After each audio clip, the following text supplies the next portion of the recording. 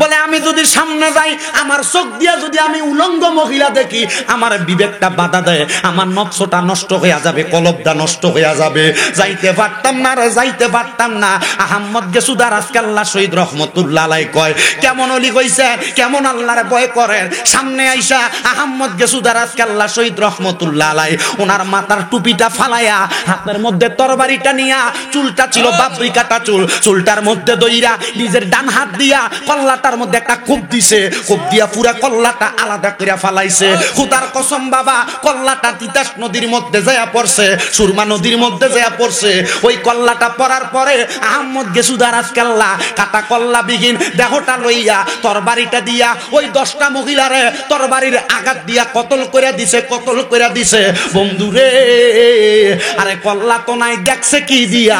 কলবের চোখটা খোলা, কলবের চোখটা খোলা। এবার আপনারা বলেন, তরিকতের তালিম নিয়া আমরা সবাই কলবের চোখটা খোলার দরকার আছে না নাই? জবান খুলা কোন আছে না নাই? হযরত গেসুদার আজকে আল্লাহ শহীদের নাম আপনারা সবাই শুনছেন? কথা কয় না? শুনছেন না আপনারা? যদিও কেল্লার দরবারের আশেপাশের ভিতরে এলোমেলো ফুংডা চেংড়ারা গাঞ্জার আসর বসায়, কিন্তু আল্লাহর ওলি কেল্লা দো সত্য। কথা কয় না? সুন্নিরা আল্লাহর ওলির পক্ষে, তবে যারা গান বাজনা করে, নাচানাচি করে, তারার বিপক্ষে। কথা কোন ঠিক কিনা? এদের কারণে সুন্নিয়তের বদনাম হয়, এদের কারণে আহলে সুন্নাত ওয়াল জামাত তরিকতের বদনাম হয়। কেল্লা শহীদ কেমন ওলি ছিল রে বাবা! হযরত গেসুদার আজকে আল্লাহ শহীদ রহমতুল্লাহ আলাইহি সহ 360 আউলিয়া যখন এই সিলেটের জমিনে আগমন করলেন, আগমন করার সাথে সাথে বাদশা গুরু গোবিন্দ যখন লক্ষ্য করে দেখলো এই আউলিয়াদের সাথে মুসলমান ফকিরদের সাথে পারে না, কি করছে জানেননি? 10টা মহিলার উলঙ্গ কইরা অলিদের সামনে ছাইরা দিছে। আল্লাহর অলিরা কয়, আমরার নজরটা নিচা নজর, আমরার নজর দিয়া অলির দিকে তাকানো সম্ভব না। শাহজালাল ইয়ামিনী একটা ডাক দিয়া কয়, অলির দলেরা ও আমার সফর সঙ্গীরা, তোমরারে আমারে একটা সঙ্গী একটা খবর দিতে পারবা? বলে কি খবর? দেখছনি আমরা সামনে যে উলঙ্গ মহিলাটি ছাইরা দিল, আমরা তো তাদের দিকে তাকানো সম্ভব না, যুদ্ধ করা সম্ভব না। এমন ভাবে যদি আমরা সামনের দিকে অগ্রসর হই, তাহলে তারা তো আমাদেরকে মাইরা ফেলবে। আমরা তো মনে মনে ভয় করি আমার আল্লাহরে, গুরু গোবিন্দরে ভয় করা যাবে না। এমন টাইমে হযরত আহমদ গেসুদার আজকে আল্লাহ সামনে দাঁড়ায় গেছে। আহমদ দেয়া ডাক দিয়া কয়, হযরত শাহজালাল ইয়ামিনী গো, আপনি যে বললেন আপনি দুনিয়ার রাজা বাদশারে ভয় করেন না, আল্লাহরে ভয় করেন, তাহলে কেন আপনি যুদ্ধ করতে যান না? বলে আমি যদি সামনে যাই, আমার চোখ দিয়া যদি আমি উলঙ্গ মহিলা দেখি, আমার বিবেকটা বাধা দেয়, আমার নফসটা নষ্ট হয়ে যাবে, কলবটা নষ্ট হয়ে যাবে। যাইতে পারতাম না রে, যাইতে পারতাম না। আহমদ গেসুদার আজকে আল্লাহ শহীদ রহমতুল্লাহ আলাইহি কয়, কেমন অলি কইছে, কেমন আল্লাহরে ভয় করেন। সামনে আইসা আহমদ গেসুদার আজকে আল্লাহ শহীদ রহমতুল্লাহ আলাইহি ওনার মাথার টুপিটা ফালাইয়া, হাতের মধ্যে তরবারিটা নিয়া, চুলটা ছিল বাবরি কাটা চুল, চুলটার মধ্যে দইরা নিজের ডান হাত দিয়া কল্লাটার মধ্যে একটা কোপ দিছে, কোপ দিয়া পুরা কল্লাটা আলাদা করে ফালাইছে। খুদার কসম বাবা, কল্লাটা তিতাস নদীর মধ্যে যায়া পড়ছে, সুরমা নদীর মধ্যে যায়া পড়ছে। ওই কল্লাটা পড়ার পরে আহমদ গেসুদার আজকে আল্লাহ কাটা কল্লা বিহীন দেহটা লইয়া তরবারিটা দিয়া ওই 10টা মহিলারে তরবারির আঘাত দিয়া কতল করে দিছে, কতল করে দিছে। বন্ধুরে, আরে কল্লা তো নাই, দেখছে কি দিয়া? কলবের চোখটা খোলা, কলবের চোখটা খোলা। এবার আপনারা বলেন, তরিকতের তালিম নিয়া আমরা সবাই কলবের চোখটা খোলার দরকার আছে না নাই? জবান খুলা কোন আছে না নাই? আর মোহাব্বতের আওয়াজে কন্যা আছে না নাই? ওরে মন ভাঙ্গা না মসজিদে ভাঙ্গা, ভাঙ্গাই আল্লাহর কাবা ঘর, ভাঙ্গাই আল্লাহর কাবা ঘর। মন মন্দিরে আল্লাহর বাড়ি, বেদাহা দিস না তার ভিতর। মন ভাঙ্গা না মসজিদে ভাঙ্গা, ভাঙ্গাই আল্লাহর কাবা ঘর, ভাঙ্গাই আল্লাহর কাবা ঘর। মন মন্দিরে আল্লাহর বাড়ি, বেদাহা দিস না তার ভিতর। আসলে কাবা না চিনিলে ডাকলে কি আর তারে মিলে? আসলে কাবা মিলে। নামাজের রোজা যাই বিফলে, নামাজের রোজা বিফলে বিথা। আল্লাহু আকবার। মন ভাঙ্গা না মসজিদে ভাঙ্গা, ভাঙ্গাই আল্লাহর কাবা ঘরে, ভাঙ্গাই আল্লাহর কাবা ঘর। মন মন্দিরে আল্লাহর বাড়ি, বেতা দিস না তার ভিতর। জোরে কোন মারহাবা। মানুষের মনে রাখতে খুশি সাজায় মারহাবা কইতেন না? ওরে রাগ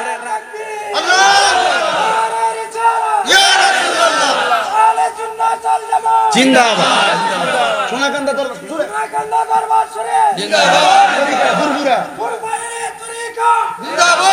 জোরে কোন মারহাবা, আর জোরে কোন মারহাবা।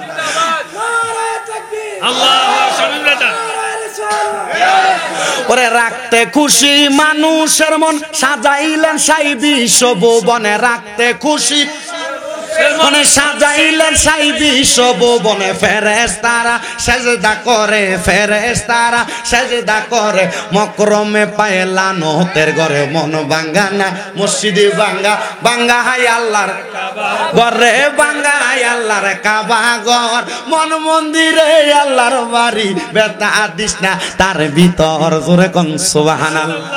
বাগানো ও কিশোরগঞ্জের জয়কার ভাই বাবারা, হযরত গেসুদারাস কেল্লা শহীদ রহমাতুল্লাহ আলাইহির কেল্লাটা যখন সাইরা দিয়া যুদ্ধ সমাপ্ত করছে, হযরত গেসুদারাস কেল্লা সার কেল্লাটা নদীতে বাসতে বাসতে বাসতে বাসতে বাসতে বাসতে তিতাস নদীর পারে দিয়া বর্তমান খরমপুরের নদী দিয়া যখন বাইসে আসছে, হিন্দু জেলে মাছ বেচে। এখন তো মুসলমানেরও মাছের ব্যবসা করে, কিন্তু আগে মাছের ব্যবসাটা করতো কারা? হিন্দুরা। হিন্দুরা করতো, এটা তাদের পৈতৃক একটা ব্যবসায়িক দ্বারা ছিল। হিন্দু ব্যবসায়ী জানলা মানুষ ক্ষেতের ওই নদীর মধ্যে জাল বাইতেছে, জাল বাইতে বাইতে হঠাৎ করে দেখতেছে জালের মধ্যে কি জানি একটা মানুষের মাথার মতো দেখা যায়, দাড়িওয়ালা লম্বা চুলওয়ালা। মাথাটা তোলার পরে ওই হিন্দু লোকটা চিন্তা করলো, হাই রে কার মায়ের সন্তান জানি কল্লাটা কাটা এমন ভাবে পইরা রইল, বুঝতে পারলাম না। এটা যখন তুললেন হিন্দু ফকির দেখতেছে, হিন্দু জাল্লা বেড়া দেখতেছে ওই কল্লাটা কাটা, কিন্তু কাটা কল্লা কি কথা কয় নাকি? কথা তো কয় না। কিন্তু হিন্দু ফকির তাকায় দেখে হযরত কেল্লা শহীদের কল্লা মুবারকের ঠোঁট মুবারকটা ফট ফট ফট ফট ফট ফট করে লটকাছে। হাইরে চিন্তা করলো কেন লটকাছে। এবার হিন্দু ফকির কয়, আমি আমার কান্ডা লাগাইলাম কল্লাটার সাথে, আমি দেখতাছি কান্ডা লাগানোর সাথে সাথে ওনার মুখ দিয়া আসতেছে লা ইলাহা ইল্লাল্লাহ মুহাম্মাদুর রাসূলুল্লাহ। যদি মইরা যাও স্টক করে ফালাও, তোমার হাত মুখগুলা যদি বন্ধ হইয়া যায়, তরিকতের তালিম নিয়া যদি কলবদারে জারি রাখতে পারো রে বাবা, আল্লাহর কসম জবানও লড়ব কলব লড়ব, জবানও লড়ব কলব লড়ব। ওই হিন্দু জাল্লা লোকটা ডাক দিয়া কয়, আল্লাহর ওলির মুখের সাথে মুখটা মিলাইয়া আমি বললাম লা ইলাহা ইল্লাল্লাহ মুহাম্মাদুর রাসূলুল্লাহ সাল্লাল্লাহু আলাইহি ওয়াসাল্লাম। হিন্দু ওই জাল্লা বেডাটা ইসলাম ধর্ম গ্রহণ করছে। বর্তমান যারা খাদেম দাবি করে, এই খাদেমরার বংশটা কিন্তু জাল্লা ছিল, এখন ধারাবাহিকতায় তারা পাইছে। বন্ধুরে ওই জায়গার মধ্যে যদি একজন হিন্দুটা হযরতে গেসুদারাস কেল্লার মুখের সাথে মুখটা মিলিয়ে কালেমা পইরা ঈমান আনতে পারে, আমরা আউলিয়া কেরামের সোহবত দইরা আমরা নবী পাইতে পারি কি পারি না? তিতাসে বাসিল রে কেল্লা, তিতাসে বাসিল ওরে জাইল্লা গনের জালে উইটা, জাইল্লা গনের জালে উইটা খরমপুরা ছিল রে, প্রেমের খেলা খেলছো কেল্লা রে। মুসলমান ইমানদার গভীর মনোযোগ দিবেন। আর একজন প্রকৃত অলির কথা বইলা দিয়া যায়, যখন গেসুদারাস কেল্লা রহমতুল্লাহ আলাইহি যখন চইলা গেলেন, এবার বাদশা চিন্তা করলেন বাঙ্গারাজ প্রাসাদের ভিতর থেকে আমরা আনাসে কানাসে থেকে তিন নিক্ষেপ করব। এমন টাইমে শাহজালাল ইয়ামিনী ডাক দিয়া কয়, কেউ আসুনি 40 দিন আসরের নামাজের সুন্নত কাজা করছো না? ফরজ না সুন্নত? ফরজ না সুন্নত? আমরা তো কেমন মানুষ, সুন্নত দূরের কথা ফরজেরও তো খবর নাই।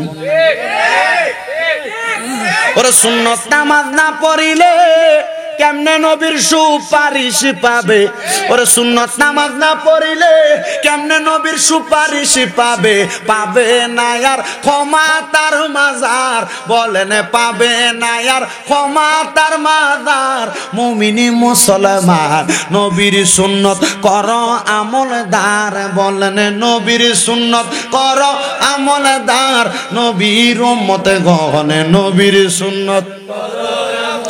শাহজালাল ইয়ামিনী একটা ডাক দিয়া কয়, সফর সঙ্গীরা রে, সফর সঙ্গীরা রে, আসুনি কেউ আসরের নামাজের সুন্নত নামাজটা কাদা হয় নাই, এমন টাইমে হযরত নাসিরউদ্দিন সিফা সালা হাত তুলছে, সোনারুঘাটের মধ্যে এখনো শুয়া রইছে হবিগঞ্জে। হাতটা তুইলা ডাক দিয়া কয়, হুজুর আমারে গোপন ইবাদতের কথা আমি কারোর কাছে কইছি না, যেহেতু যুদ্ধের ময়দানে আমার আমলটা দিয়া যুদ্ধ জয় করা যাইব, আমি আপনার কাছে আমার মনের কথাটা বইলা দিলাম হুজুর, বলেন কি বলবেন, আমি আপনারে আপনার জবাবটা দিয়া দেই। এ নাসিরউদ্দিন রে, তুমি তো আমার দলের মধ্যে সবচাইতে একজন আমলওয়ালা ব্যক্তি আমি জানি, কিন্তু আমি তারার কাছে এটা প্রকাশ করতে চাইছি না। সোনাকান্দা দরবারে পুরপুরা দরবারের পাগলদারে পিসা বুজুররা এমন তালিম শিখিয়ে দিছে, রিস্কা চালায় খেতে রোয়া লাগায়, কিন্তু এটি তালিমের মাধ্যমে হুজুর মোল্লার থেকে বালা জানে।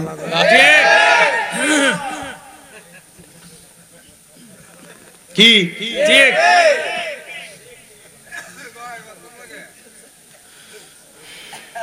হুজুর মোল্লার হাদিয়া বেশি, মুনাজাত লম্বা, এই কথা কেন? আমি হুজুর মনে করছেন আমার আপনি টেহা না দেন আমি মাহফিল আইতাম না, এটা আমার খাসিয়ত হয়ে গেছে। কিন্তু যারা তালিম তরবিয়ত করে এরা কিন্তু তালিম তরবিয়তের ভিতরে যায়, এরা সিনাটারে লড়াই, খালি লড়াই। এই লড়ার মাধ্যমে নিজের গুণ মাফ হয়, বাড়ি থেকে শয়তানও দৌড়ায়। ও আব্বারা দরবারে বায়াত হওয়ার না হও, বাড়ির ভিতরে মাসে একবার তালিমের মাহফিল করবা, কথা কয় না? এটা যদি করো বাড়ির ভিতর থেকে বিপদ আপদ বালা মুসিবত যাইব। নবীরে দাঁড়ায়া সালাম দিবা, কারণ নবীর দুরূদ সবাই সহ্য করতে পারে, শয়তান পারে না, কথা কয় না? ঠিক কিনা? ও বন্ধু আমার, সুন্নিরা নবীরে দাঁড়ায়া সালাম দিলে মিলাদ কিয়াম করলে কয় বেদাতি, কথা কয় না? আমি বলবো বাবা আল্লাহর দোহাই, এর সঙ্গে কখনো তর্ক করবেন না। যদি কয় বেদাত, এদের সঙ্গে কোনোদিন তর্ক করবেন না। হুজুর কেন? কারণ বাবা মনে রাখবেন, কুত্তার লেঞ্জা যেটা, এটা যদি গরম পাইপ দিয়ে সিধা করার চেষ্টা করে সম্ভব। এ কথা কয় না কেন? আল্লাহ কোরআনে কয়, ইয়া আইয়ুহাল্লাযীনা আমানু, ওহে যারা ঈমানদার, ওহে যারা আল্লাহ কারে কইছে? ঈমানদারদেরকে। জোরে কন্যা কারে? ঈমানদারদেরকে। আল্লাহ কয় সল্লু আলাইহি, আলাইহি পড়ে, সল্লু তোমরা দুরূদ পড়ো, আলাইহি ওই নবীর উপরে, ওয়াসাল্লিমু তাসলিমা। এই জায়গার ভিতরে মূল ফেসটা আল্লাহ কয় ওয়াসাল্লিমু তাসলিমা, সালাম দাও আদবের সাথে, তাসলিমান আয় তাকরিমান, তাসলিমান আয় তাকরিমান, সালাম দাও আদবের সাথে। আমরা ইয়া নবী সালাম আলাইকা কইয়া নবীরে দাঁড়ায়া সালাম দেই, বইয়া দিলে আদব না, দাঁড়ায়া দিলেই আদব। আমরা নবীরে সালাম দেই। এটা যদি কেউ বেদাত ফতোয়া দিয়া তারার মতো সালায়া দিতে চায়, আমি বলবো বাবা তোমরা তোমাদের মতো থাকো, তোমাদের সাথে দ্বন্দ্ব নাই, তোমাদের সাথে ঝগড়া নাই, তোমাদের সাথে ফাসাদ নাই। বলে হুজুর কেন? আরে ওনাদেরই বড় হুজুর হাজী এমদাদুল্লাহ মুহাজিরে মক্কি রহমতুল্লাহ আলাই, ওনারে জিজ্ঞাসা করছে, হুজুর আপনার আকীদা আর সুন্নিদের আকীদা তো আলাদা, আপনি কেন নবীরে দাঁড়ায়া সালাম দেন? উনি কয় আমি নবীরে দাঁড়ায়া সালাম দিলে আমার কাছে শান্তি লাগে, তো সুন্নিরারও তো এইটা, আমরা তো নবীরে সালাম দিলে শান্তি লাগে। আমরার বিশ্বাস, আমরা যদি নবীর দুরূদ শরীফ পড়া কবরে যাই, আমার নবীরে সালাম দিয়া কবরে যাই, ওই কবরে যাওয়ার পরে যখন তিনটা প্রশ্ন করব, মান রাব্বুকা কমু রাব্বি আল্লাহ, ওমান দিনুকা কইমু দিনি আল ইসলাম, কিন্তু কবরে 3 নাম্বার প্রশ্ন করব, নবীর সামনে দাঁড় করাইব, ওমান হাদার রাজুল, এই ব্যক্তিরে চিনুনি? আমি আল্লাহর কসম বলবো, ওই নবীর দুরূদ পইরা, ওই নবীর সালাতু সালাম দিয়া, ওই নবীর সুন্নত দাড়ি মুখে রাইকা কবরে গেলে আপনি নবীরে চিনা লাগবে না। আমার নবী বলবে আয় আয় আয়, আমি নবীর কুল মুবারকে আয়, আমার দয়ালে নবী বিনে গো আপন বলতে নাই জগতে, আমার দয়াল নবী গো আপন বলতে কেউ লাগে। ওরে বেবে দেখি সব বিদেশি, বেবে দেখি সব বিদেশি, মিশে মায়ার জগতে আপন বলতে নাই জগতে আমার দয়াল বিনে গো আপন বলতে ও নাই জগতে। ওরে যারা তোমার অতি গয়াপন তারা সবাই মিলে মিশে পরাইব কাফন। হাইরে যারা তোমার অতি গয়াপন তারা সবাই মিলে মিশে পরাইব কাফন। আরে মাটির নিচে করবে দাফন, মাটির নিচে পরে থাকতে দিবে না আপন বলতে। আব্বারে বিশ্বাস করেন আপনার বউ কিন্তু আপনার লাশটা রাইখা পাহারা দিত না। মারা যাওয়ার পরে কইবা এরে আব্দুর রহিমের স্ত্রী তুমি তো তোমার স্বামীর সাথে খাটের মধ্যে পুরাটা জীবন বড় আরামে সংসার করছো, রাত্রবেলা কেউ নাই লাশটা পহরা দিব, তুমি একটু পাহারা দাও না। বই কবা আমার ডর লাগে, এটা আমার লাশ, এই লাশের সামনে আমি থাকতাম না। জামাই কইয়া তোমার স্বীকৃত দিত না। এ যুবক ভাইরা, এ মুরব্বী বাবারা, একবার চিন্তা করে কবরে গেলে নবী ছাড়া কেউ তোমার আপন হইতো না। কেমনে রে ওই নবীর ব্যাপারে আকীদাটা এমন করে, কেমনে কয় ওই নবী মইরা গেছে গা, ওই নবী ফুচ্ছা গেছে গা। আমার বিবেকের ভিতরে বাধা দেয়, এরা কি আসলে নবীর উম্মত দাবি করে, কিন্তু এরা তো মুসলমান না। আমার নবীকে উম্মত, আমারে যদি কেউ মরা কয় তার জবাব দিবা কেমনে নবী, কেমনে জবাব দিতাম। আমার নবীকে উম্মত। শোনো শোনো শোনো রে, আমার আল্লাহর নবী রহমতের নবী ঘোষণা করাল আম্বিয়া ওয়াহিয়াউন ফি কুবুরিহিম ইউরজাকুন।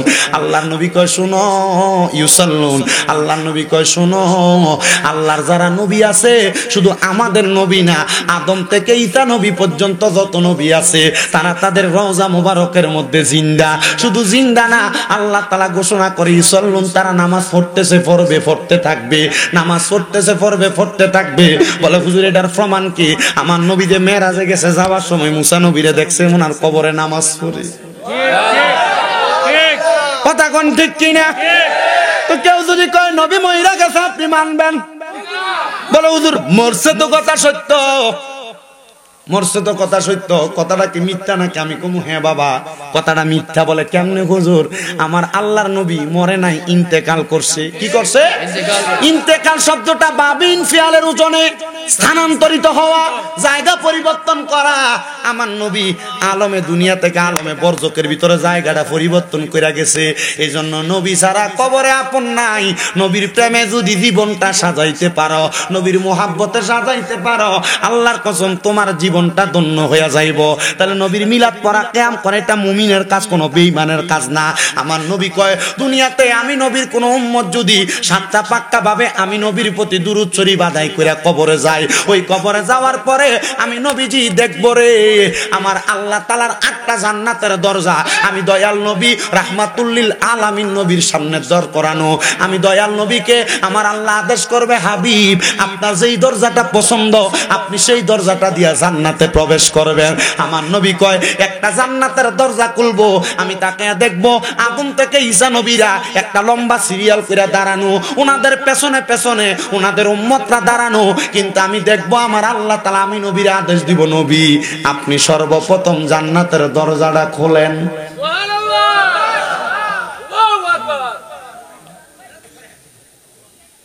কিরে আদম নবী না দুনিয়াতে আগে আসছে? আমার আগে আমার বক্তা সাহেব অন্ধ হাফেজ হযরত মাওলানা শামসুল ইসলাম সাহেব গারুয়া পাক দরবার শরীফের খাদে মুনি কিন্তু বইলা গেছে, শামীম রাজার কাছে ওয়াজ একটা রাখা গেছে। ঠিক আছে রাখছে না বাবা? রাখছে। এরা আল্লাহ দে কইলো আলাম তারা কাইফা ফাআলা রাব্বুকা বিআসহাবিল ফিল। নবী আপনি কি দেখেন নাই? তো নবী দুনিয়াতে আসার 49 দিন 59 দিন আগের ঘটনা আল্লাহ কেমনে কইলো নবী আপনি কি দেখেন নাই? তার মানে বোঝা যায় আমার নবী মার গর্ভ থেকে দুনিয়াতে আসছে পরে, কিন্তু আমার নবী আলমে আরোহার মধ্যে সর্বপ্রথম আমার আল্লাহ তাআলা বানাইছে, আর আমার নবী আলমে আরোহাই বৈশা সব দেখছি। একজন প্রেমিক আসিল গো সোনার মদিনায়, একজন প্রেমিক আসিল গো সোনার মদিনা। ওরে যার প্রেমেতে স্বয়ং আল্লাহ দুনিয়া বানায়, আইরে যার প্রেমেতে স্বয়ং আল্লাহ দুনিয়া বানায়, একজন প্রেমিক আসিল গো সোনার মদিনা। কি পাগলার বিষয় দিছে আমার, এটা বিষয় দিছে এ ওয়াজ করলে পরে সেটা যাবো গায়রা। না সেতো না, সেতো না, সেতো না। কথার দলিল আছে না নাই? যদি কয় ভুল কইছে দলিল কই, বলে 1টা 2টা 3টা 4টা 5টা 6টা 7টা 8টা 9টা 10টা 11টা 12টা 13 14 15 16 17 18 19 20টা দলিল। মোবাইলটা খুলে দেখবা, বলে শামীম দাদা যা বলছে প্রত্যেকটা কথার দলিল। মারহাবা কোন, আরো জোরে কোন মারহাবা। বাজান রে আমার, ও নবীর উম্মতের দল, আদম নবী দুনিয়াতে আসছে আগে, ঈসা নবী দুনিয়াতে আসছে আগে, ইব্রাহিম নবী দুনিয়াতে আসছে আগে, মুসা নবী দুনিয়াতে আসছে আগে। কিন্তু আমার আল্লাহ কয় যখন কোনো কিছু নাই রে, কোনো কিছু নাই, আমি আল্লাহ তাআলা কুদরতি নূর তাইকা আমার হাবিবে কিবরিয়ার নূর মুবারক বানাইছি। আমার হাবিবে কিবরিয়ারে ময়ূর রূপে সাজাইয়া আমি দয়াল আল্লাহ পাক রব্বুল আলামিন আমার হাবিবের সাথে প্রেমের আলাপ করছি। জোরে কোন সুবহানাল্লাহ। বন্ধুরে, তার মানে আমার হুজুর যে আমার বই লাগেছে ওই বিষয়টা ভাঙ্গা দেওয়ার জন্য বিষয়টা ভাঙ্গা দিলাম। নবীর জন্ম দুনিয়াতে যদি হয় সব নবীর আর পরে, কিন্তু আমার নবীরে আমার আল্লাহ তাআলা এই পৃথিবীর আগে আলমে আরোহাতে সৃষ্টি করছে সবার আগে। এই জন্য আমার নবী আলমে আরোহার মধ্যে বৈশা বৈশা সকল কিছু দেখছে। এই জন্য আল্লাহ কয় আলাম তারা কাইফা ফাআলা রাব্বুকা বিআসহাবিল। আপনি দেখেন না? মারহাবা কোন, আরো জোরে কোন মারহাবা। ওই নবীর উম্মত আমরা, ওই নবীর পাগল আমরা, ওই নবীর আশেক আমরা। ওই নবীর আশেক হইয়া যদি মরতে পারেন, ওই নবীর পাগল হইয়া যদি মরতে পারেন, আল্লাহর কসম রে মুসলমান, অন্ধকার কবরে গেলে আমার আল্লাহ তাআলা আপনারে সাতটা পাক্কা জান্নাতি বানাইবো। ওই নবীর বড় পাগল ছিলেন নাসিরউদ্দিন সিফাতালা। উনি কয় আমারে যখন বলল বাবা আসরের নামাজ কি সুন্নতরা কাজা করছো না, কারণ কি? কয় নবী কইছে যে এই ব্যক্তি আমি নবীর সুন্নতরা আঁকড়ে ধরবো, জান্নাতের দরজাটা খোলাম আমি নবী আগে, কারণ সব নবীরা দাঁড়ায় থাকবো, আমি নবী দরজাটা খুইলা। দরজার কেবার আসেনি, আপনারা কি বলেন? চৌকাট, কপাট। দরজার যে কপাট আমার নবী কয় আমি জান্নাতের দরজার একবারে মাথাটার মধ্যে দাঁড়াইমু। আমি নবী ততক্ষণ জান্নাতের দরজা বন্ধ করতাম না যতক্ষণ আমি নবীর একটা গুনাহগার উম্মত বাকি থাকবো। বাজান রে, আমার নবী কয় শাফাআতি লি আহলিল কাবাইরি মিন উম্মতি। আমার নবী কয় আমার উম্মতের ভিতরে কেউ যদি কবিরা গুনাহ করে আমি নবী তার জন্য সুপারিশ করে জান্নাতে লইমু। একটা উম্মত দুজকে থাকলে আমার নবীজি ওই উম্মতরে তারা জান্নাতে যাইতো না। এবার চিন্তা করো ওই নবীরে কেন ভালোবাসবা, কেন মোহাব্বত করবা? সুন্নিরা কেন নবী নবী করে? সুন্নিরা কেন নবীর ইয়া নবী সালাম আলাইকা বইলা সালাম দেয়? এটার কারণ হইল সুন্নিরা ওই নবীর সাথে জান্নাতে যাইতে চায়। এবার আপনারা বলেন আমরা সবাই ওই নবীর সাথে জান্নাতে যাইতে চাই কি চাই না?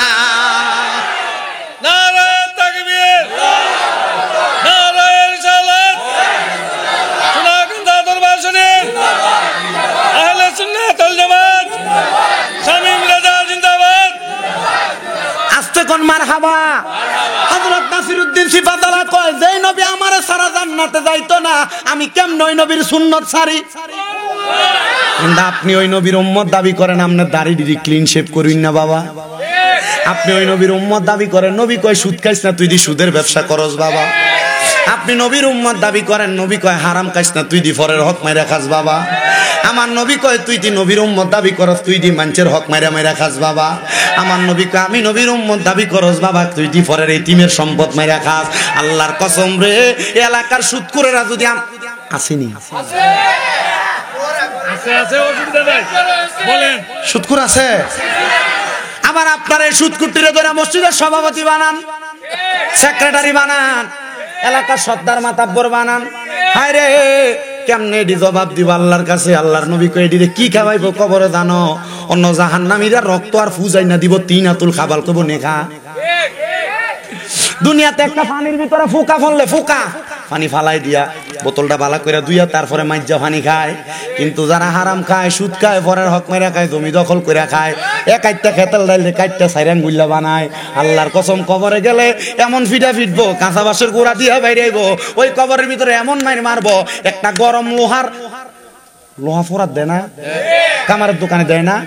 কামারের দোকানে ফোরাত দিলে এটা কি আসলে লোহার কালার থাকে না আগুনের কয়লার মতো হয়ে থাকে? এই লোহার একটা গরম পাত্রে আগুনের ভিতরে গরম কইরা এটার ভিতর অন্য জাহান্নামীরা রক্ত ফুসগুলা দিয়া কইব নে খা। পারতাম না এটি কেমনে খাইব? কই শুদ্ধ খাইছ তো আরাম কইরা, পরে শব্দ খাইছ তো আরাম কইরা, এখন এটি খাইতে ভাল লাগে না। এ জয়কার সুদ করেরা, এ জয়কার গোস করেরা, এ জয়কার ইতিমের সম্পদ মেরে খাওয়াইনারা, মা বাপ মেরে যাওয়ার পরে বইনের সম্পদ বুঝাইয়া না দেউইনারা, এ জয়কার বেডারা তোমরার বাইয়ের সম্পত্তি বালা করে বুঝাইয়া না দেউইনারা, এ জয়কার বেডারা মানছে জমিরে ঠেলতে ঠেলতে তোমার 1 ঘন্টার ফোন 1 ঘন্টা বানাইনারা। মনে রাখবা এই কবরের মানে এমন চাপ দিব, সাতনার আড্ডি ভাঙ্গা ডাইন দিকেরটা বাম দিক দিয়া, বাম দিকেরটা ডাইন দিক দিয়া ঢুকবো। আল্লাহর কসম আমার আল্লাহ কয়াদের শাস্তি হইল আযাবুন শাদীদ, যন্ত্রণাদায়ক শাস্তি। কবরে গেলে এমন ফিডা ফিটবো, কোন ফুতেরে বালা খাওয়ানোর লাগে তুমি সুদ খাও? ফুতেরে যে কইবা ফুতরে আমার একটা আমল দেশ না, একটা আমলের কারণে আমি আব্বা ধরা খাইয়া গেছি। ফুত কইবা আপনারে চিনি না। কোন বউয়ের দামি শাড়ি কিনা দেওয়ার লাগা, দামি কসমেটিক কিনা দেওয়ার লাগা হারাম খাও। ব্যাংকের মধ্যে এফডিআর করো, ডিপিএস করো, করেনি? এটা ডিজিটাল সুদ। এটা কি সুদ? এটা ডিজিটাল সুদ। ব্যাংকে এককালীন টিয়ারায় ফোলার ভবিষ্যতের কথা চিন্তা কইরা এটা বড় সুদ, মিয়া বড় সুদ। কি এটা মুনাফার হিসাব লাগাইছে, এমনি খায় না, কথা কয় না। আল্লাহর কসম পয়জনের রিস্কা চলে ভাত খাইবা, তবু সুদের টাকা, হারাম টাকা, মিছা কথা কই 1 টাকা খাইবা না। জয়কা এলাকায় সুদ করে আছে নাইলে আমাদের নমুনা কয় ওই মুরব্বী আব্বা মুহে বান দিয়ে লাইছে, বলে হুজুর সুদ কুদ্দা আসলে আছে, কইতে হবে না মারি না হুজুর, কারণ এটি সাধু না বই লম্বা লম্বা কথা কয়, খায় সুদ, কথা কয় না কিনলে গিয়া। বাজারের বড় মাছটা এরাই কিনে, টিহা তো হারাম। শুকরের গোস্ত খাওয়া হালাল না হারাম? কিন্তু সুদের টাকা দিয়া গরুর গোস্ত কিনা খাইলেও হারাম, গোশের টাকা দিয়া মুরগার গোস্ত কিনা খাইলেও হারাম। সুদের টাকা দিয়ে দেরি হয়ে যেতেছে ওয়াজ। আপনার প্রধান বক্তারা আইনা নেবেন, আমার ওয়াজ শেষ। আসেন আপনারা কবর কাছে নিয়ে গরু দিয়া না মুরগা দিয়া? মুরগা দিয়া। আচ্ছা মুরগা দিয়ে হইলো সুবহানাল্লাহ, সুবহানাল্লাহ, সুবহানাল্লাহ কয় না?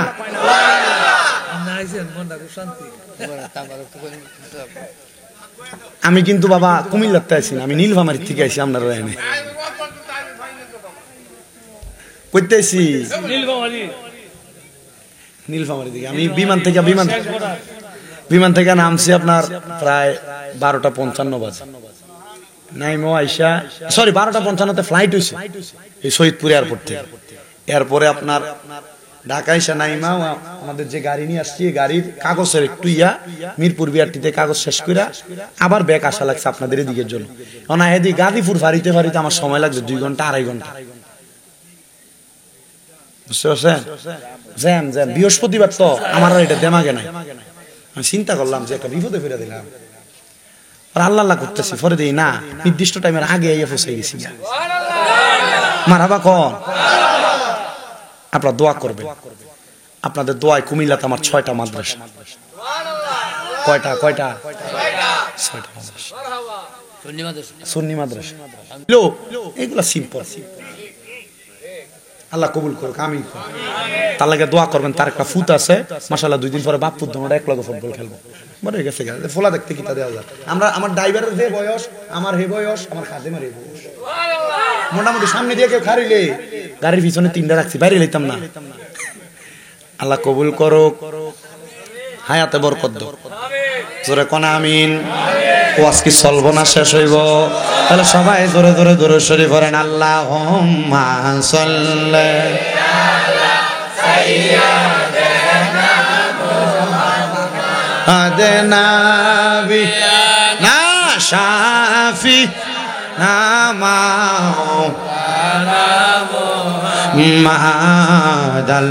মাদাল্লাহুম্মা সাল্লি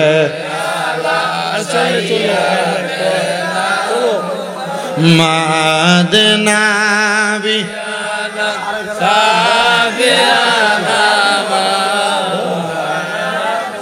বাজানো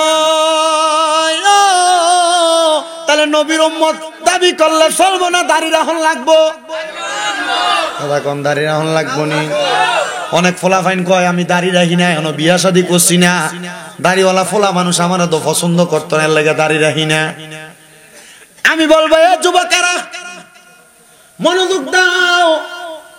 তুমি যদি মনে করো দাড়ি রাখার কারণে তোমার কোনো মাইয়া পছন্দ করবে না, মনে রাখবা মাইয়ার অন্তরের ভিতরে তিনটা চিন্তা। কয়টা? এক নাম্বার চিন্তা, মাইয়া চিন্তা করবে আমার জামাই যদি দাড়িওয়ালা হয় তার মানে এটা ইসলামপন্থী, এবারটা আমার লইয়া কোনোদিন ফার্কে ঘুরতে যাইতো না। আমার জামাই যদি দাড়িওয়ালা হয় এটা কোনোদিন আমার মার্কেটে ঘুরতে যাইতে দিত না। আমার জামাই যদি দাড়িওয়ালা হয় আমার সাজ্জা বাইর হইতে দিত না। এবার আপনারা কোন মার্কেটে মার্কেটে দে মাইয়াটা ঘুরে, এটা কি ভালো না খারাপ?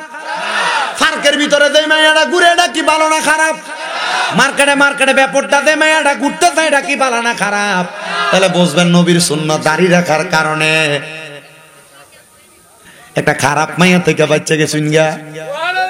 মারহাবা কইলেন না? মারহাবা। ওরে নবীর শান কি তো কিরণ ভাই ধরে ধরে করেন গা।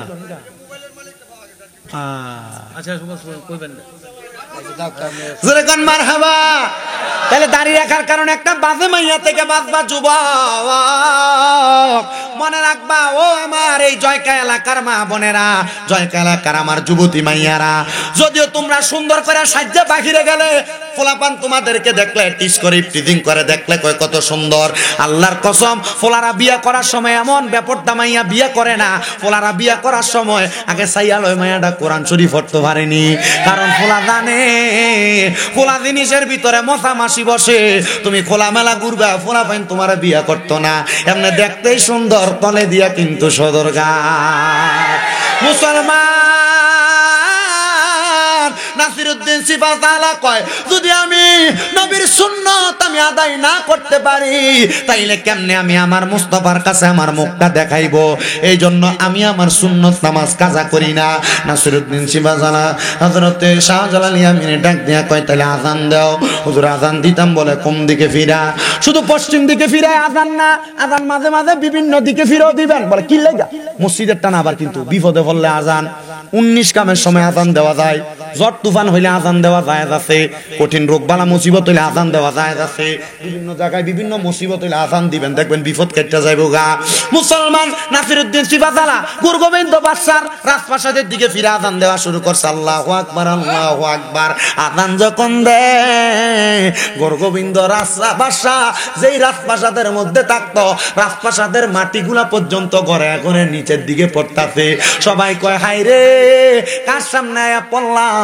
এমন আল্লাহর ওলি তো আমরা জীবনে কোনোদিন দেখি না। মুসলমান আল্লাহু আকবারের আযান দিয়া রাজপ্রাসাদ ভাঙ্গা ফালাইছে। তুমি আল্লাহু আকবার কইলে গাছের পাতা লড়ে না, তুমি ফু দিলে গাছের পাতা লড়ে না। লড়বো কেমনে? তোমার কলবটা তো ঠিক নাই। তুমি যা খাও এটার মধ্যে হালাল হারাম মিশ্রিত করা। আল্লাহ দোহাই লাগে এমন ভাবে চলবা যেন মরার পরে মরণের পরে কবরে নবীরে পাইয়া যাও। হযরতে নাসিরউদ্দিন সিফাতালা সেখান থেকে ইবাদত করতে করতে করতে করতে হবিগঞ্জের চুনারুঘাট এলাকার মধ্যে যখন আইছে, উনি এলাকার মধ্যে মানুষকে তালিম দেয়, তরবিয়ত দেয়, মানুষকে ভালো ভালো জিনিস শিখায়। এবার এলাকার মধ্যে উনি ইন্তেকাল করার আগে ডাক দিয়া কয় বাবারা আমার একটা ওসিয়ত শুনালো। বলে কি ওসিয়ত? বলে সবাইরে তো তোমরা মরার পরে মাটি দাও, উত্তরে এবং দক্ষিণে আমার মাটিটা তোমরা আল্লাহর হস্তে আমারে পূবে আর পশ্চিমে দিও।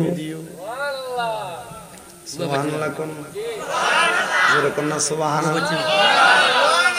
সবাই রাজি হইছে, ঠিক আছে হুজুর আপনারা পূবে পশ্চিমে মাটি দেওয়া হবে। মাথা কোন দিকে? পশ্চিম দিকে। পা কোন দিকে? পূব দিকে। কিন্তু আমরা মাটি দিয়ে কোন দিকে ফিরে? উত্তর দক্ষিণ। পশ্চিম দিকে তো মুখটা ফিরে দেন, এমনি কিন্তু মাথাটা থাকে কোন দিকে? উত্তর। উত্তর দিকে থাকে বাবা। নাসিরউদ্দিন সিফাসাল অল্প কিছুদিনের মধ্যে ইন্তেকাল।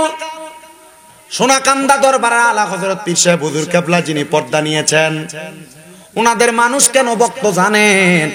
ওনাদের ভক্ত হওয়ার কারণ হইল উনি দুনিয়ার জমিনে যখন থাকতেন, যে এলাকার মধ্যে বৃষ্টি হইতো না, মেঘবাদল হইতো না, হেতের মধ্যে নিয়ে নামাজ পড়বার লাগে দাঁড় করাই দিত।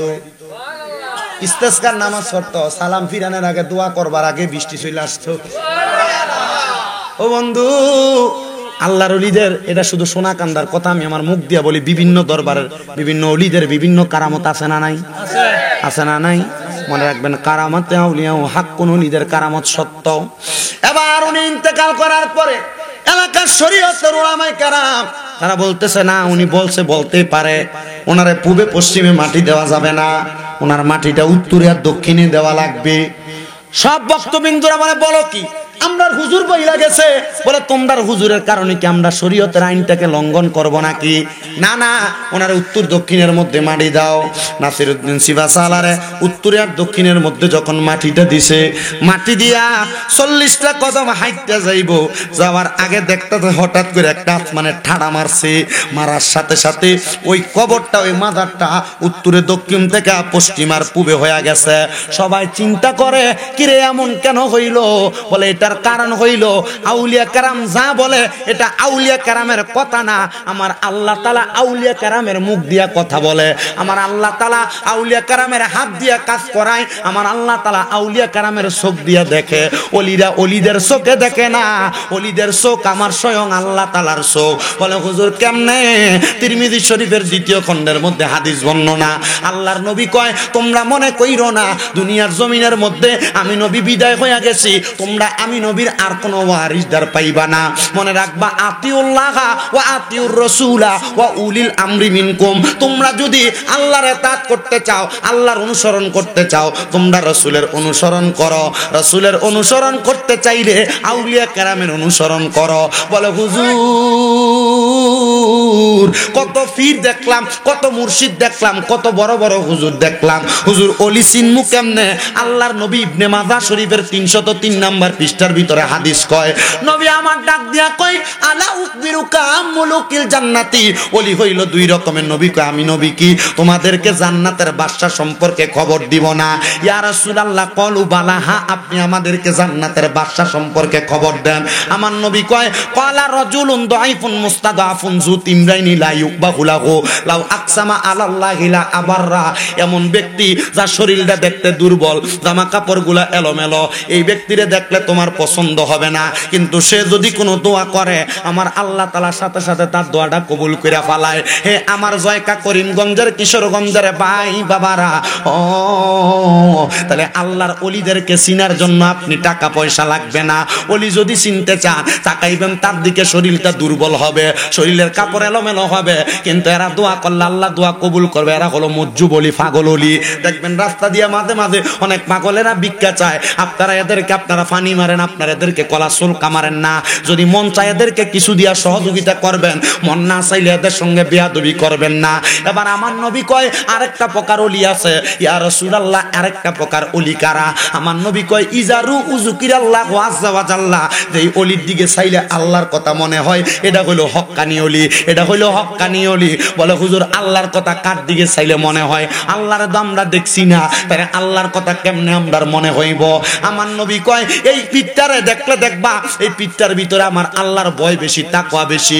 আমি আপনার কাছে আয়াত তেলাওয়াত করছি, ইয়া আইয়ুহাল্লাযীনা আমানু তাকুল্লাহা ওয়াল তানজুর নাফসুম মা কদ্দামাত লিগাদিন ওয়াত্তাকুল্লাহা ইন্নাল্লাহা খাবীরুম বিমা তা'মালুন। আমি আয়াতের এই ভাঙ্গানুবাদ আপনাদেরকে কইরা দিয়া যায়। আমার আল্লাহ কয়, ইয়া আইয়ুহাল্লাযীনা আমানু, হে ঈমানদারেরা, ইত্তাকুল্লাহ, তোমরা আল্লাহকে ভয় করো, ওয়াল তানজুর নাফসুম মা, ওয়াল তানজুর নাফসুম, তোমরা তাকানো উচিত তোমাদের পেছনের দিকে অথবা তোমাদের পূর্ববর্তীদের দিকে, তোমাদের নিচের দিকে। কদ্দামাত লিগাদ, তোমাদের পূর্ববর্তীরা আগের জন্য কি প্রেরণ করছে, মানে মরার আগে তারা কবরের জন্য কি প্রস্তুত করছে। আল্লামা জালালউদ্দিন সুয়ুতি এবং ফতে আলী সুবহানী রহমতুল্লাহ আলাইহি বলতেছে, এটা হইল কবরের মধ্যে যাওয়ার আগে কবরের জন্য কিছু মাল সামান তৈরি করা। ও বন্ধু, এলাকা এলাকার কোন ছেলে যদি বিয়া করে শ্বশুর বাড়ি যাওয়ার সময় মিষ্টি নেয়, ফান নেয়, কলা নেয়, দুধ নেয়, কত রকমের ফল ফালাদি নেয়। ইয়া রাসূলুল্লাহ নবী গো, অন্ধকার কবরে যে যামু ওই কবরের ফুদি কোনটা আপনি নবী বলেন না। আমার নবীজি একটা আয়াত দিয়া প্রমাণ দিয়া দেয়, ইন্নাল্লাযীনা আমানু ওয়া আমিলুস সলিহাতি উলাইকা হুম খায়রুল বারিয়া। সূরা বাইয়িনার শেষ দুই আয়াতের এক নাম্বার আয়াত আমার আল্লাহ তাআলা ডাক দিয়া কয়, জগতের মানুষেরা নিশ্চয় যারা ঈমানদার এবং নেক আমল করে এরা হইল উলাইকা হুম খায়রুল বারিয়া, সবচাইতে পৃথিবীর উৎকৃষ্ট মানুষ, বালা মানুষ। এরা যখন কবরে যাইব ঈমান থাকার কারণে, ঈমানের দৌলতে ধনী হওয়ার কারণে, নেক আমল করার কারণে এরা কবরে গেলে এরা আর চিন্তা করা লাগবে না। এদের চেহারার মধ্যে 5 ওয়াক্ত নামাজ পড়ার কারণে ওযু যে করছে এমন একটা নূরের আলো চমকাইবো, আমার আল্লাহর ফেরেশতারা কোনো সওয়ালের জবাব ছাড়া তারা জান্নাতে নিয়ে যাইব। পর্দার অন্তরালের মা বোনেরা, ও আমার এই জয়কা এলাকার মা বোনেরা, সোশ্যাল মিডিয়ার মাধ্যমে দেখনেওয়ালা ভাই বাবারা, মা বোনেরা মনোযোগ দেন গো মা। আল্লাহর ইবাদতে আপনাদেরকে সবচাইতে বেশি দুর্বল পাওয়া যায়। আপনারা আল্লাহ তাআলার ইবাদত করতে চান না। আল্লাহ তাআলার ইবাদত যদি করেন কবরে গেলে বড় শান্তিতে থাকবেন, আরামে থাকবেন। কিন্তু মা বোনেরা আল্লাহর ইবাদত থেকে বড় দূরে, কিন্তু মা বোনেরা স্বামীর সঙ্গে সাফাবাদিতে সোফা করতে বড় কাছে। কথা কন্যা ঠিক কিনা? ও মা, স্বামীর সঙ্গে উঁচা কথায় উঁচা গলায় কথা কইও না। স্বামীর সঙ্গে তুমি বেশি উঁচা গলায় কথা বইল না। বলে হুজুর কেন? কারণ স্বামীর মনে কষ্ট দিয়া জান্নাতে যাইতে পারবা না। অনেক মহিলা তো আছে স্বামীর সঙ্গে অপব্যবহার করে। আল্লাহর নবীকে আমি যখন মেরাজের মধ্যে গেলাম, আমারে আমার আল্লাহ তাআলা জান্নাত দেখাইছে, জাহান্নাম দেখাইছে। আমি যখন জাহান্নামের দিকে তাকাইলাম, আমি দেখলাম আমার আল্লাহ তাআলা 3 প্রকারের মহিলারা শাস্তি দিতেছে। ইয়া রাসূলুল্লাহ, 3 প্রকারের মহিলা কারা আপনি নবী বলেন না? আমার নবীকে 1 প্রকারের মহিলা দেখলাম, তাদের চুলগুলার মধ্যে ধইরা আগুনের মধ্যে শেক দেওয়া হইতেছে। নবী গো, তারা কারা? আমার নবী কয়, যেই মহিলারা ওটার কুজের মতো তাদের মাথার চুল রে বাঁধছে। দেখবেন আপনার বউ, আপনার নাতি, আপনার এলাকার মাইয়ারা মাথার চুল যখন বাঁধে, হেজাবের উপর দিয়া মাথার চুল দিয়ে উঁচা দেখা যায়, কপাল দেয়া যায় একাত নিছে। নবী কয়, ওই মহিলাদেরকে আমার আল্লাহ তাআলা জাহান্নামের আগুনের মধ্যে পুরাইব। শুধু তাই না, হ্যাঁ খাড়া করে রাখবেন দিয়া। আমার মুসলমানেরা গভীর মনোযোগ দিয়ে বয়ান শুনবেন। আল্লাহর নবী কয়, আর এমন অনেক মহিলা দেখছি যাদের স্তনের মধ্যে গরম আগুনের রড লাগায়, তাদের স্তনের মধ্যে মানে বুকের মধ্যে গরম আগুনের রড লাগায় দিয়ে আগুনের মধ্যে সেঙ্গানো হইতেছে, গ্রিল করা হইতেছে। নবী গো, তারা কারা? আমার নবী কয়, যেই মহিলারা পোশাক পরে উলঙ্গ ছিল, পোশাক পরে উলঙ্গ ছিল। আপনার স্ত্রী, আপনার মাইয়া যে শাড়ি পরে, শাড়ি দিয়া তার জামা কাপড়, তার শরীরটা দেখা যায়। আপনার মেয়ে, আপনার বোন, আপনার বউ যে বোরকা পরে, বোরকা দিয়া তার শরীরের স্ট্রাকচারটা নির্ণয় করা যায়। তাহলে এটা কেমন কাপড় হইলো, কেমন বোরকা হইলো? আপনার বউ কাপড় পরে, তার মাথার অংশ, পেটের অংশ দেখা যায়। আপনার মাইয়া সালোয়ার কামিজ পরে, সালোয়ার কামিজের নিচ থেকে ছোট করতে করতে তার মাথা, পেটের অংশ দেখা যায়। আল্লাহর নবী কই, ওই মহিলাদেরকে দেখলাম যারা পোশাক পরে উলঙ্গ ছিল, তাদের বুকের মধ্যে, স্তনের মধ্যে গরম রড লাগাই দিয়া তার আগুনের মধ্যে সেক দেওয়া হইতেছে। ও মুসলমান ইমানদার, তুমি তোমার বউরে বেপরদা চালাও, 5 ওয়াক্ত নামাজ পড়ো, কাম হবে না। তোমার বউ বাজারে বাজারে ঘুরে, তুমি আজাইরে আজাইরে ঘুরো, নাম নাই, কোনো লাভ নাই। তোমার নামাজ কবুল হবে না, রোজা কবুল হবে না, যদি তুমি তোমার বউরে মারে পর্দা না করাও। আর পর্দা করাইবো দূরের কথা, বউরারে দিয়া বাজার করায়, বউরারে দিয়া মার্কেট করায়, বউরারে দিয়া এলাকার মধ্যে কাজকর্মগুলা যে করাও, বউরারে দিয়ে এই কাজগুলা করানোর কারণে তোমার বউ যেমন জাহান্নামে যাইব বেপরদার কারণে, তুমিও তেমন জাহান্নামে যাইবা বেপরদার কারণে। জয়কার যুবক, আল্লাহর নবী কয়, 3 নাম্বার আরো কিছু মহিলা দেখছি যাদের জিহ্বাটার মধ্যে আগুনের কেসি দিয়া কাটা হইতাছে। ও নবী গো, তারা কারা? আমার নবী কয়, যাই মহিলারা তাদের স্বামীরে অভিশাপ দেয়, যে মহিলারা তাদের সন্তানরে অভিশাপ দেয়। দেখবেন মাঝে মাঝে আপনার মা আপনারে মাঝে মাঝে আপনারে কয়, তোর উপর আল্লাহর গজব পড়ুক। অনেক মহিলারা স্বামীর ইনকামের ভিতরে স্বামী যদি একটু দেখে একটু অন্যরকম করে, স্বামীরে কয় তোমার উপর আল্লাহর গজব পড়ুক। এ মা বোনেরা, সাবধান হইয়া যাও, জিহ্বাটা আগুনের কেসি দিয়া কাটবো। এ স্বামীর মনে কষ্ট দিয়া তুমি যদি জান্নাতে যাওয়ার চেষ্টা করো, জান্নাতে যাইতে পারবা না, জান্নাতে যাইতে পারবা না। গতকালকে আমি যে জায়গায় মাহফিল করেছি, নীলফামারী সৈয়দপুরের কাছারি বাজার এলাকায়, চারপাড়া, ওই এলাকার মাহফিলের সভাপতি, ওনার 3টা সন্তান। ওই 3টা সন্তানের মধ্যে একটা সন্তান ব্রাহ্মণবাড়িয়াতে ম্যাজিস্ট্রেট মহিলা, আর একটা সন্তান ছেলে মেয়ে উনি খুলনাতে পুলিশের দায়িত্বে আছে, আর একটা সন্তান নাকি ঢাকা গাজীপুরে পুলিশ কি দায়িত্বে আছে। উনি আমার কাছে যখন দেখলাম আমি ওয়াজ করার পরে সভাপতি বক্তব্য দেয়, দেখলাম উনি ওনার স্ত্রীর কথা বইলা কান্না করে দিছে। আমার বুঝতে দেরি হয় নাই, উনি মনে হয় ওনার স্ত্রীকে হারাইছে, মানে ইন্তেকাল করছে। উনি চোখের পানিগুলা টপ টপ করে ছেড়ে দিছে। আরে উনিও কিন্তু নরমাল মানুষ ছিলেন না, উনি বাংলাদেশের সরকারি একজন কর্মকর্তা, একজন অডিট অফিসার ছিলেন নীলফামারীর। উনি বলতেছে, হুজুর আমার স্ত্রী বছরের মধ্যে 8 মাস উনি রোজা রাখতেন, 8 মাস রোজা রাখতেন। আর এখনকার মা বোনেরা 8 মাস রোজা রাখবে দূরের কথা, এরা 1 মাসের রোজাই তো বালা কইরা রাখে না, নামাজই তো ঠিক মতো পড়ে না। আমার ওয়াজ দিয়া শুধু নবীর প্রেম বুঝাইলে চলতো না, ওলিদের প্রেম বুঝাইলে চলতো না, আমার ওয়াজ দিয়া মহিলারা পুরুষরা হেদায়েত করা লাগবো। উনি আমার কাছে ঘরে আইসা ডাক দিয়া কই, হুজুর আমার স্ত্রীটা ইন্তেকাল করার 5-6 মাস পরে বৃষ্টি আসার কারণে আমার স্ত্রীর কবরের মাথার কাছে দিয়ে একটু ভাঙ্গা গেছে। আমি আমার এলাকার খবরটা পাইয়া 2জন ব্যক্তিকে পাঠাইলাম, যাও আমার স্ত্রীর কবরের কন্নারটা দিয়া মাটি দিয়া ভরাট করে দাও। হুজুর যেই 2জনকে পাঠাইলাম, এই 2জন মাটি দিয়া ভরাট না কইরা দৌড়ে আমার কাছে চলে আসছে। আইসা কয়, ভাই চুপ, কোনো কথা বলবেন না, আমরার সাথে তাড়াতাড়ি কবরস্থানে চলেন। আমি জিগাইলাম, ভাইজান উনি জিজ্ঞাসা করতেছে কেন কবরে যাব? বলে বইলেন না, তাড়াতাড়ি চলেন, আজব খেলা, আপনি দেখলে বড় পাগল হয়ে যাবেন। বলে কেন কেন কেন? বলে আমার সাথে চলেন না। উনি ভয় পায় ওনার সাথে আরো 2-3 জনরে নিয়ে গেছে। উনি কয়, হুজুর মানুষ মারা যাওয়ার পরে ওনাদের শরীরের চামড়া পইচা যায়, শরীরের নখ পইচা যায়, গোস্ত পইচা যায়, হাড্ডিগুলা মাটি খেয়ে ফেলে, কাফনের কাপড় পইচা যায়। আমি 5 মাস আগে আমার বউরে কবরে শোয়া দিয়ে আসছি, কিন্তু আমি আমার বউয়ের কবরের সামনে যেয়ে দেখি যে জায়গা দিয়া মাটি ভাঙছে, ওই জায়গা দিয়ে আমার বউয়ের একবার লাশগুলার মধ্যে ময়লাও লাগে নাই, বালুও লাগে নাই। হুজুর আমার স্ত্রীর লাশটা এমন সুন্দর, আমি 5 মাস পরে আমার স্ত্রীর লাশটা দেখে বড় অবাক হয়ে গেছি। আশিক রাসূল কয়, মুহাম্মদ কি গুলাম কা কাফন মেলা নেহি হোতা। যদি মুহাম্মদ সাল্লাল্লাহু আলাইহি সাল্লামের গোলামি কইরা ওনার পক্ত মতে চইলা সুন্নত দিয়া জীবনটা সাজাইতে পারো, দেখবা তোমার এই গোলামির কারণে কবরে গেলে তোমার লাশের মধ্যে মাটিও তাস করবে না, মাটিও ধরবে না, তোমার লাশটা পচবে না, তোমার লাশটা গলবে না। ও মুসলমান, উনি ডাক দিয়া কই, হুজুর আমার স্ত্রীটারে আমি বাথরুমের কাছে গেলে, আমার স্ত্রীটাকে আমি রান্নাঘরে গেলে, বারান্দায় গেলে মিস করি, কারণ উনি বড় আমলওয়ালা ছিল, বড় নেককার ছিল, বড় আমলওয়ালা ছিল। হুজুর আমার স্ত্রীটার জন্য খাস করে দোয়া করবেন। আমার সময় এলোমেলো ভাবে কাটে, আমি ওনারে ওয়াজ করে শোনায়া দিলাম, শোনেন নবীর একটা হাদিস। আমার নবী কয়, কোন স্ত্রী মারা যাওয়ার পরে স্বামী মারা যাওয়ার পরে কোন স্ত্রী যদি আল্লাহর কাছে দোয়া করে, আল্লাহ আমার স্বামী বড় ভালো ছিল, আল্লাহ কইটা ভালো। যদি স্বামী দোয়া করে আমার স্ত্রী ভালো, আল্লাহ কইটা ভালো। আপনি আপনার স্ত্রীর জন্য খাস করে করে দোয়া করবেন। এ পর্দার অন্তরালের মা, দেখছনি 8 মাস রোজা রাখতো বছরের ভিতরে, দেখছনি 5 ওয়াক্ত নামাজ পড়তো। কেউ যদি দাওয়াত দিত, কারোর দাওয়াতে যাইতো না। কয় হুজুর উনি দাওয়াতে না যাওয়ার কারণ হইল, দাওয়াতে গেলে আইসা অনেক নামাজ কাজা হইয়া যাবে, এই জন্য দাওয়াতেও যাইতো না। হুজুর আমার বউটা বড় ভালো মানুষ ছিল। আমি চিন্তা করলাম কেমন ভালো মানুষ ছিল, মরার 5 মাস পরে পর্যন্ত কবরে লাশ পচে নাই, কাফন ময়লা হয় নাই। আমি আমার জয়কার মা বোনদেরকে বলবো, জয়কার বাবাদেরকে বলবো, এমন জীবন তুমি গঠন করো, তুমি মারা যাওয়ার পরে মানুষ তোমার জন্য কাঁদবে।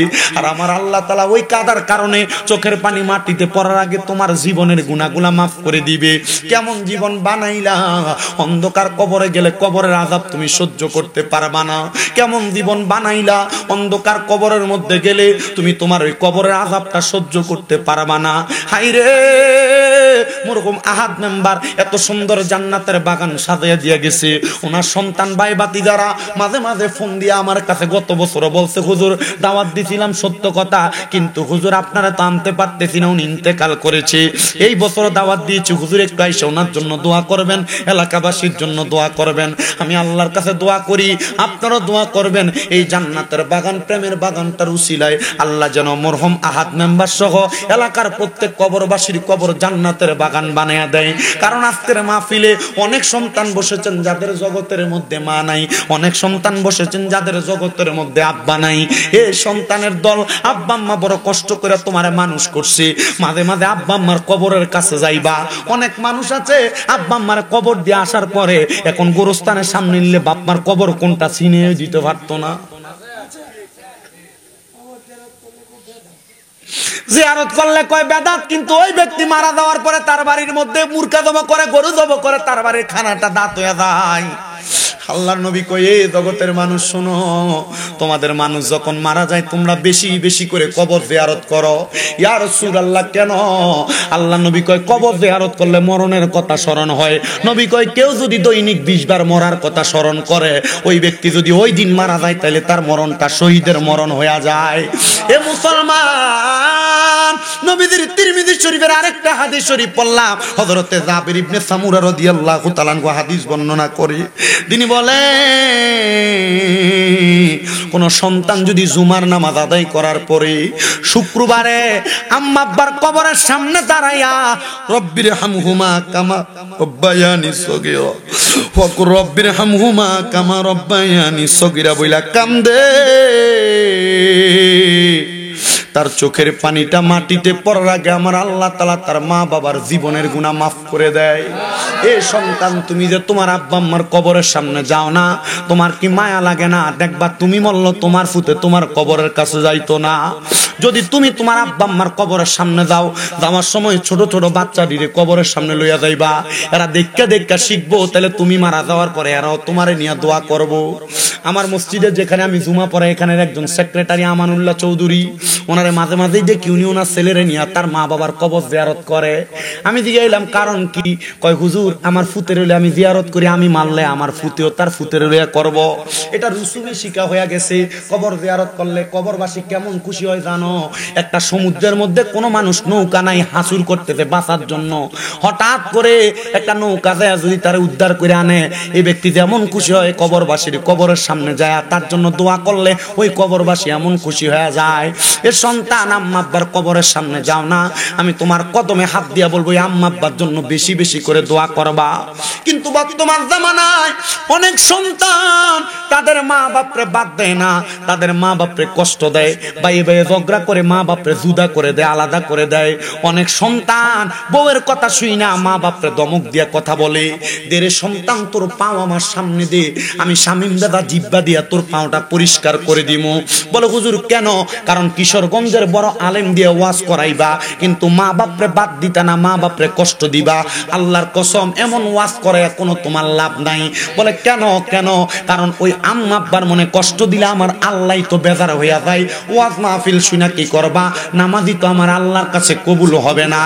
এ সন্তান, কেউ যদি ওই মা বাপরে জুদা করে থাকো, মা বাপরে আলাদা করে থাকো, আজকে ওয়াদা করো এখান থেকে বাড়িতে যাইবা, যাই আমার পাটার মধ্যে ধরবা, আব্বার পাটার মধ্যে ধরবা, ধরে বলবা মা আল্লাহর রাস্তায় আমি সন্তানরে মাফ করে দেন, আব্বা জান আল্লাহর রাস্তায় আমি সন্তানরে মাফ করে দেন।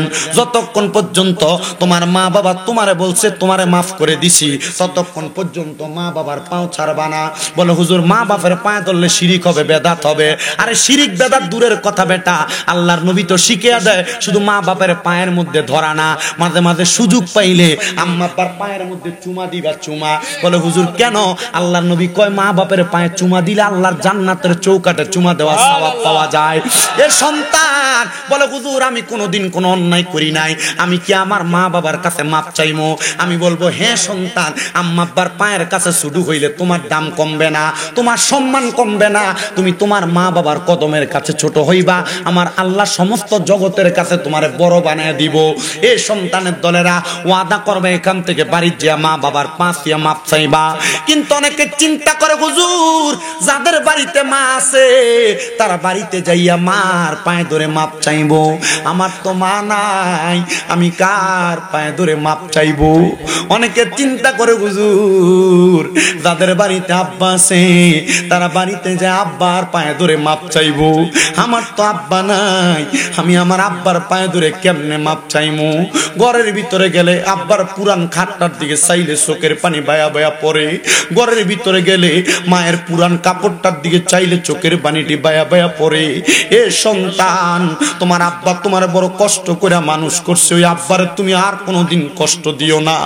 আব্বা জুতা পড়তে পড়তে করতে জুতার তলাটা ঘাও হয়ে গেছে, আব্বার পাওটা মাটির সাথে লাগতো, তবুও তোমার আব্বা তোমারে শীতের দিনে নতুন জুতা কিনাই না দিত। ওই জুতাটা পরে খাটের মধ্যে তুমি ফুতে হাতটা বুইলা গেছো ছোটবেলার কথা। মা তোমারে বড় কষ্ট করে মানুষ করছে, ওই মা জননী নিজে না খেয়ে তোমারে খাওয়াইছে। 3 টুকরা মাছ যদি রান্না করতো, দুপুরবেলা বাপেরটা খাইতো, তুমি তোমারটা খাইতা, কিন্তু মা মার মাছের টুকরাটা রাইখা দিত, আমার ফুতে রাত্রবেলা মজা করে খাইবো, মা জুলডি দিয়া ভাত খাইতো। এ সন্তান আজ্ঞা তুমি ফুতের ঘরে তোমার মায়ের খাওয়ানো হয় না। এ সন্তান ওই আম্মা আব্বার ঘরের মধ্যে যা পাইবা না, মাপ চাওয়ার কোনো সুযোগ পাইবা না। আখিরি মুনাজাতে মাওলানা শাফাউল করিম সালেহীর সাথে আল্লাহর কাছে দোয়া করবা, আল্লাহ যেন তোমার মারে মাফ করে দেয়, কারণ মাপ চাওয়ার সুযোগ নাই। আল্লাহর নবী শিখিয়ে দেয় আম্মা আব্বার জন্য রব্বির হামহুমা কামা রব্বায়ানি সগীরা বইলা কোন সন্তান যদি চোখের মনি কোঠার মধ্যে একটা মাছির মাথা পরিমাণ পানি ছাইরা দিয়া কান্দে, ওই সন্তানের পানিটা মাটিতে পড়ার আগে আমার আল্লাহ তার মা বাবার জীবনের গুনাহ মাফ করে দেয়। মাগো তোমার মতো লই না কেহ আমায় বুকে টানি,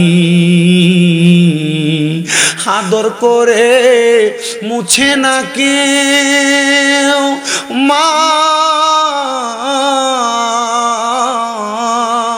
আদর করে মুছে না কেউ আমার চোখের পানি। হায়রে মা জননী আমার, হায়রে মা জননী। হে যুবক, হে মুরব্বী বাবাজিরা, হে পর্দার অন্তরালের মা বোনেরা, আহাদ মেম্বারের পোলাপান গুলার দিকে তাকাইবা মাঝে মাঝে। আগে চেহারা যেমন সুন্দর ছিল এখন আর এমন লাগে না। কারণ কি? কারণ আব্বা নাই, এতিমের মতো চেহারাটা মুখটা গোমরা থাকে। এ সন্তান আব্বারে কি মিস করো না? আব্বার কথা কি তোমার মনে হয় না? আরে আব্বার ঘরের দিকে তাকাইলে তো আব্বার কথা মনে হয়। ওরে দরজাটা খুলতে খেয়ে যাই ধোকা, বাবা বুঝি বলছে এলে নাকি খোকা, বুকের ভিতরটা লড়ে চড়ে ওঠে, সবাই আছে শুধু বাবা নেই, শুধু বাবা নেই। ভালোবাসি তোমায় বাবা, বুকটা যে যায় ছিঁড়ে, তোমার কথা হৃদয় মাঝে পড়ছে বারে বারে। বাবা তুমি কেমন আছো ছোট মাটির ঘরে, তোমার কথা হৃদয় মাঝে পড়ছে বারে বারে। বাবা গো বাবা, বাবা গো ও বাবা, চিন্তা করো 10-5 টাকা আব্বার কাছ থেকে চাইয়া চাইয়া নিতা। এখন তোমার বাবার বয়সী কত মুরব্বী বাবা দেখা যায় 100টা টাকা আব্বারে হাত খরচের জন্য দিতে পারো না। দিবা কেমনে আব্বা জান অন্ধকার কবরে। সন্তান আব্বা পুরান জামা কাপড় পইরা, মা পুরান জামা কাপড় পইরা তুমি সন্তানরে নতুন জামা কাপড় কিনা দিছে, কিন্তু এখন তোমার ব্যাংকের মধ্যে লাখ লাখ টাকা, ঘরের ড্রয়ারের মধ্যে হাজার হাজার টাকা, কিন্তু আব্বারে 500 টাকা দিয়া কিনে একটা লুঙ্গি পরাইতে পারো না। পরাইবা কেমনে আব্বা কবরে? আম্মারে 1000 টাকা দিয়ে একটা জামদানি কাপড় কিনা পরাইতে পারো না। পরাইবা কেমনে? আম্মা তো অন্ধকার কবরে। এ সন্তান আল্লাহর দোহাই লাগে তোমরা কদমে হাত দিয়া বলি মাইকটা ছাড়ার আগে, সন্তান সন্তান সন্তান এই মা বাবার মতো রত্নটারে বাইসা থাকতে যত্ন করো। যদি এই রত্নটারে যত্ন কইরা মরতে পারো, দুনিয়া তো শান্তি পাইবা, কবরে গেল শান্তি পাইবা। আমার আল্লাহ তাআলা যেন যাদের মা বাবা কবরে, আম্মা আব্বার কবর জান্নাতের বাগান বানাই, আম্মা আব্বার কবর জান্নাতের বাগান বানাই। যাদের মা বাবা বেঁচে আছে, আম্মা আব্বার হায়াতের মধ্যে বরকত দান করে, যাদের মা বাবা সুস্থ পরিপূর্ণ সুস্থতা নসিব করে, আম্মা আব্বার খেদমত কইরা জীবনটারে সাজানোর তৌফিক দান করে। ও বাবা, প্রধান বক্তা আসার আগে আমি আপনাদেরকে নিয়ে মোহাব্বতে একটু আল্লাহ তাআলার ইসমে জাতের জিকির করব। কেউ ডাইনে বামে তাকাইবেন না, মোহাব্বতের আওয়াজ দিয়া আমার আল্লাহ তাআলার একটু ইসমে জাতের জিকির করবেন। চক্ষুটা বন্ধ করে দিয়ে আল্লাহ তাআলার জিকির করবেন। আর কিরণ ভাই প্রধান অতিথিরে লই আইবেন, একটু মোহাব্বতে জিকির করেন। আল্লাহ আল্লাহ।